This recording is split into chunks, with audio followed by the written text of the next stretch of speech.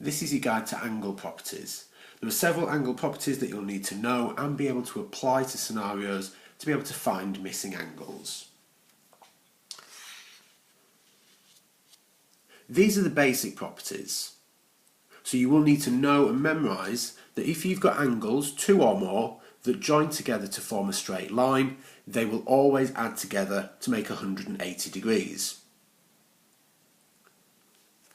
If the angles join round a point, then we say that they add together to make 360. Easy way of remembering it is a full turn. However, if you're using this in an exam, you would need to say round a point in order to get the mark. If you've got two straight lines that form a cross like this, then opposite angles here are equal. Much the same, these two angles above and below would also be equal. The wording for this is vertically opposite, even though it is not necessarily vertically across the cross. For angles in a triangle, and this works for any triangle, the three angles will always add up to make 180 degrees. Some other angles that you'll need to know, or properties that you'll need to be aware of, are all to do with parallel lines. These little arrows here showing that these lines are parallel.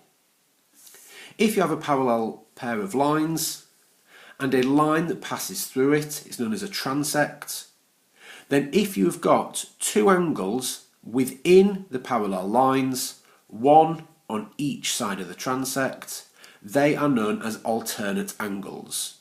The property is that these two are the exact same size.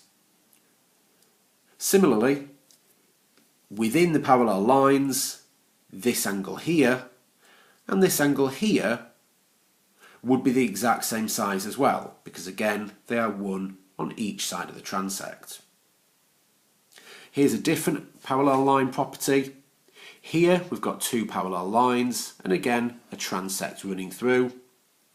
This time, two angles, both the same side of the transect, so both on this right hand side and both just below the parallel lines, so below this line and this one.